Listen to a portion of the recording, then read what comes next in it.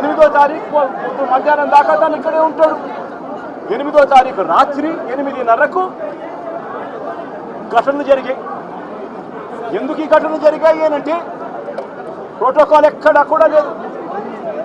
అందరినీ కూడా నేను ఇక్కడికి వెళ్ళి అడిగితే పద్మావతి పార్క్లో ఒక సెంటర్, పద్మావతి పార్క్ ఎదురుగా ఒక సెంటర్, ఏం సెంటర్ కాదు బైరాగిపట్నం కౌంటర్, బైరాగిపట్టడి కౌంటర్కి ఎదురుగా పార్కులో పొద్దున 9 గంటల నుంచి మనుషులను అక్కడే క్యాంప్ చేయించారు. మనుషులందరినీ కూడా అక్కడే పార్క్ చేయించారు. 8:30కు రాత్రి పార్క్ గేట్లు తెరిచారు. కౌంటర్ లైన్లో నిలబడండి అని చెప్పి గేట్లు తెరిచారు. వెంటనే అందరూ పరిగెత్తుకుంటూ పోవడం, తోపిసలాట జరిగింది. చీకటిలో ఆ పార్కులో పెట్టిన వాళ్ళకి ఏదైనా ఇచ్చారా? కొన్ని మిగిలిన కౌంటర్లలో పెట్టిన వాళ్ళకి ఏమైనా ఇచ్చారా? వాళ్ళను ఎందుకు మొట్టమొదటి గంట నుంచి వాళ్ళు అక్కడికి చేరుకునేప్పటి నుంచి వాళ్ళ లైన్లలో ఎందుకు పెట్టలేదు? ఎందుకు అక్కడ సఫిషియెంట్ పోలీస్ ఫోర్స్ ఇవ్వలేదు? అక్కడ ఉన్న వాళ్ళ లైన్లో మొదటి నుంచి పెట్టడం మొదలుపెట్టి ఉంటే, అన్ని సెంటర్లలో కూడా పెట్టి ఉంటే ఈ ఘటన జరిగి ఉండేది కాదు. ఎక్కడా కూడా అలా చేయాల. అందరినీ కూడా వీళ్ళందరూ ఆయా సెంటర్లలో లైన్లలో పెట్టేదానికి ఎవరు కూడా పోలీసులు లేకపోవడము, పోలీసులు రోప్ పార్టీస్ లేకపోవడము, పోలీసులు లేకపోవడము, ఎవరు కూడా లైన్లలో నిలబెట్టలేదు. అందరినీ కూడా ఒక గ్రూప్గా ఫామ్ చేసి ఒక చోట కౌంటర్కి ఎదురుందనో కౌంటర్కి పక్కన అందరినీ పెట్టి ఆ తర్వాత అందరినీ కూడా టయానికి ఇడిచిపెట్టే కార్యక్రమం చేస్తారు. దీనివల్ల ఈ ఘటనలు జరిగాయి.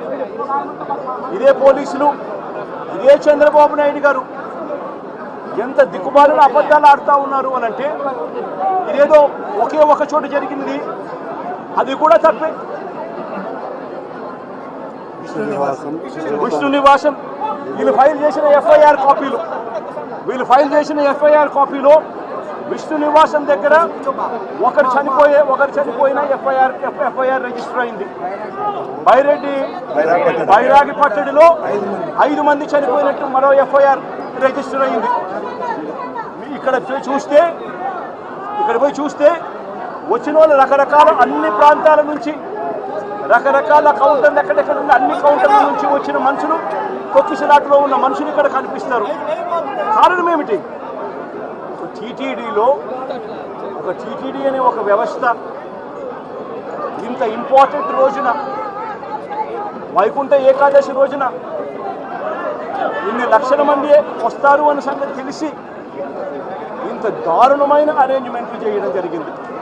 దీంట్లో బాధ్యులు ఒక టీటీడీ ఒకటే కాదు, TTD, entire SP, police department, collector, entire revenue department, వీళ్ళందరూ కూడా దీంట్లో భాగస్వామే, ఇంక్లూడింగ్ చంద్రబాబు నాయుడు గారు. చంద్రబాబు నాయుడు గారు సొంత జిల్లా అన్న సంగతి తెలుసు.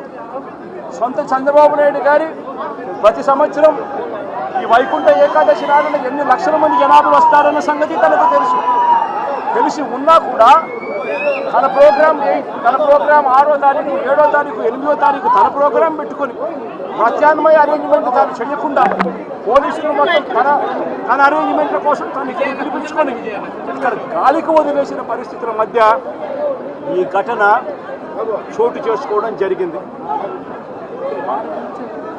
ఈ ఘటనలో ఇప్పటికే 6 మంది చనిపోవడం జరిగింది.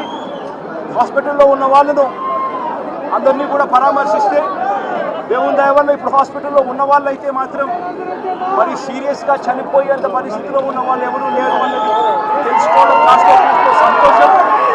కానీ తీరా చూస్తే దాదాపుగా రుయా హాస్పిటల్, ఈ హాస్పిటల్ అన్ని చోట్ల కలుపుకుంటే దాదాపుగా కనీసం అంటే ఉజ్జాయింపుగా నెంబర్లు చెప్తా ఉన్నారు.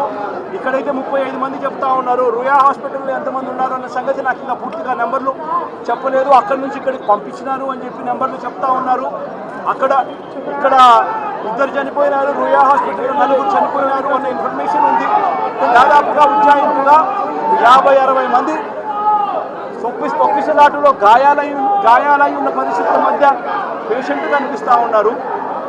6 మంది చనిపోయిన పరిస్థితుల మధ్య మొట్టమొదటిసారిగా తిరుపతిలో ఇలాంటి ఘటన చోటు చేసుకుంది.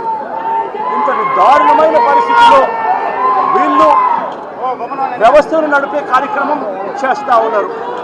ఇక్కడ ఉన్న డిపార్ట్మెంటు, ఇక్కడ ఉన్న పోలీసులకు, ఇక్కడ ఉన్న టీటీడీ సంబంధించిన పెద్దలు వీళ్ళెవరికి కూడా అసలు టీటీడీ అన్నది ఎందుకుంది, టీటీడీ అన్న దాని విశిష్టత ఏమిటి, ఇక్కడ ఉన్న పోలీస్ డిపార్ట్మెంట్ కానీ, ఇక్కడ ఉన్న కలెక్టర్లు కానీ, ఎస్పీలు కానీ వీళ్ళు టీటీడీకి సంబంధించిన ఇటువంటి ఇంపార్టెంట్ రోజుల్లో ఎటువంటి జాగ్రత్తలు తీసుకోవాలి అని చెప్పి వీళ్ళందరికీ కూడా దశాబ్దాలుగా ప్రోటోకాల్ ఉన్నా కూడా వీళ్ళెవరూ కూడా పట్టించుకునే పరిస్థితులు లేరు. టీటీడీ చైర్మన్ దగ్గర నుంచి పోలీసు వ్యవస్థ దాకా కూడా ఎవరు కూడా తిరుమలలో ఇన్ని లక్షల మంది వస్తూ ఉన్న నేపథ్యంలో వాళ్ళకి ఏ రకమైన సెక్యూరిటీ కల్పించాలి, వారికి ఏ రకమైన వసతులు కల్పించాలి అన్న ఆలోచన ఎవ్వరికీ లేదు. కనీసం ఆ కౌంటర్లలో నిలబడి ఉన్న ప్రజలకు ఆ పార్కుల్లో ఇక్కడ ఉన్న వాళ్ళ పేషెంట్లను అడిగితే అన్న 9 గంటలకు వచ్చినామన్న ఆ పార్కులో అన్నే ఉన్నాము, పార్కులో పెట్టారు, కనీసం నీళ్లు కూడా ఇవ్వలేదన్న అని చెప్తున్నారు. అంటే క్యూలలో నిలబెట్టడం కానీ, సఫిషియెంట్ పోలీస్ ఫోర్స్ పెట్టడం కానీ, రోప్ పార్టీస్ ఆర్గనైజ్ చేయడం కానీ, క్యూలలో ఉన్న వాళ్లకు నీళ్ళు ఇవ్వడము, మజ్జిగ ఇవ్వడము, కనీసం వాళ్ళ ఫుడ్ ప్యాకెట్ ఇవ్వడము, ఇటువంటి ఏవి కూడా జరగల. కనీసం వీళ్ళు మనుషులుగా ఉన్నారు అని పట్టించుకున్న పరిస్థితి కూడా ఎక్కడా లేదు. గాలికి వదిలేశారు నిర్లక్ష్యంగా.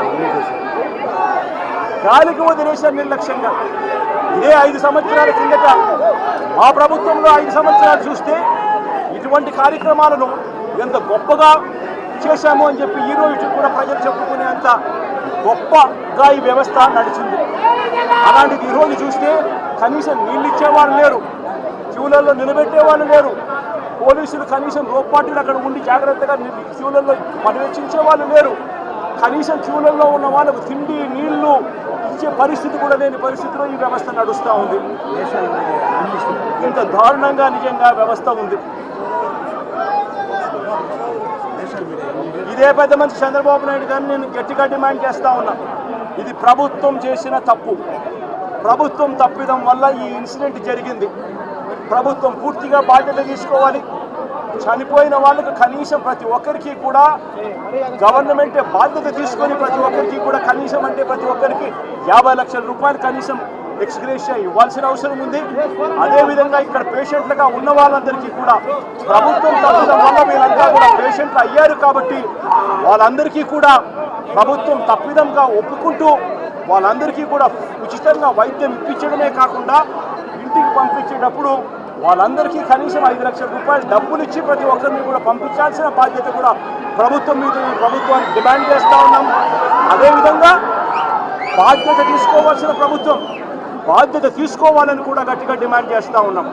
దీంట్లో బాధ్యులు చంద్రబాబు నాయుడు గారు, టీటీడీ చైర్మన్ గారు, టీటీడీ ఈఓ,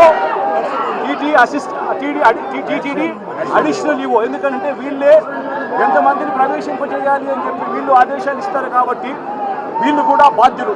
అదేవిధంగా ఎస్పీ, కలెక్టరు వీళ్ళు కూడా ఈక్వలీ రెస్పాన్సిబుల్ పీపుల్. మొత్తం పోలీస్ డిపార్ట్మెంట్ను లేకుండా చేసి పోలీస్ డిపార్ట్మెంట్ను పలసగా అక్కడ పెట్టి ఈ చావులకు కారణమైన వీళ్ళందరి మీద కూడా యాక్షన్ తీసుకోవాల్సిన అవసరం ఉంది. Endowment minister, home minister, chief minister, TTD chairman, EO, additional EO, SP, collector అందరూ కూడా దీంట్లో బాధ్యత తీసుకోవాల్సిన అవసరం ఎంతైనా ఉంది.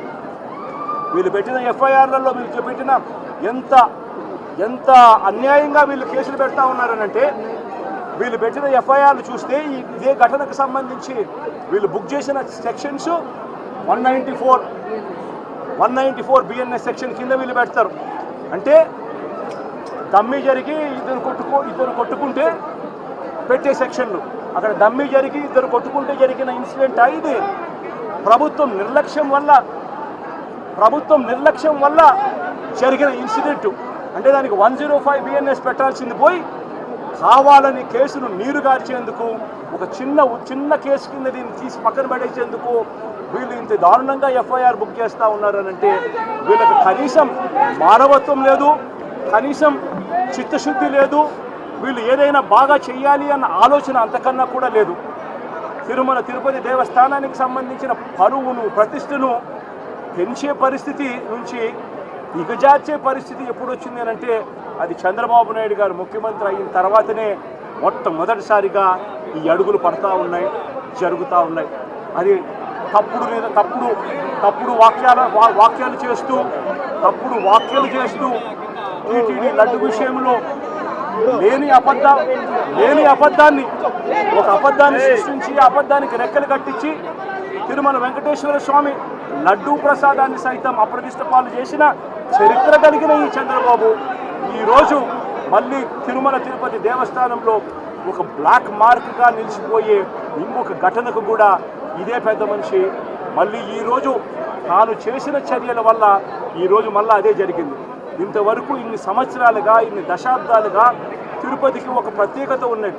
ఇక్కడికి వచ్చిన క్రౌడ్ మేనేజ్మెంట్లో క్రౌడ్ను మేనేజ్ చేసే విశిష్టత తిరుమల తిరుపతి దేవస్థానానికి ఉన్నట్టుగా ఎక్కడా ఎవరికి లేదు అన్న ఖ్యాతి పేరు ఉన్న దాని నుంచి ఏకంగా తిరుమల తిరుపతి దేవస్థానంలోకి అడుగు పెట్టాలి అని అంటే చంద్రబాబు నాయుడు గారు లాంటి పాలకులు ఉన్నప్పుడు ఎటువంటి దారుణమైన పరిస్థితులు ఉంటాయి అని చెప్పి చంద్రబాబు నాయుడు గారు చేసి చూపించాడు ఈరోజు. సార్ మీరు ఏదైతే బాధ్యత సార్ అంటున్నారో ఇప్పుడు ఈవో కావచ్చు, అడిషనల్ ఈవో కావచ్చు, చైర్మన్ కావచ్చు, వీళ్ళు ఎవరిపైన కూడా చర్యలు చేపట్టట్లేదు. కేవలం ఎస్పీని మాత్రమే ట్రాన్స్ఫర్ చేస్తూ ఆదేశాలు జారీ చేస్తారు. నేషనల్ మీడియాకు ఇంగ్లీష్ నాలుగు మాటలు ఇంగ్లీష్లో కూడా చెప్తాను, ఎందుకంటే కొత్త గొప్ప నేషనల్ మీడియా కూడా కొత్త గొప్ప ఉంది కాబట్టి నేషనల్ మీడియా కూడా ఉంది కాబట్టి కొత్త గొప్ప